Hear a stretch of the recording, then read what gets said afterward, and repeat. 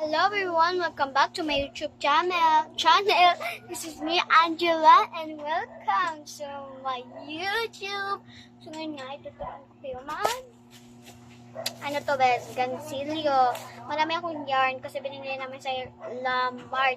Yung pag-order nito ng gansilyo, talaga may dala na siyang accessories. May dala na siyang sticker, at gunting. Ito yung gunting.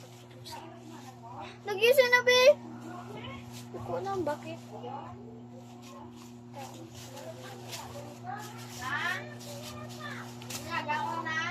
At ito sa kwarto, ya.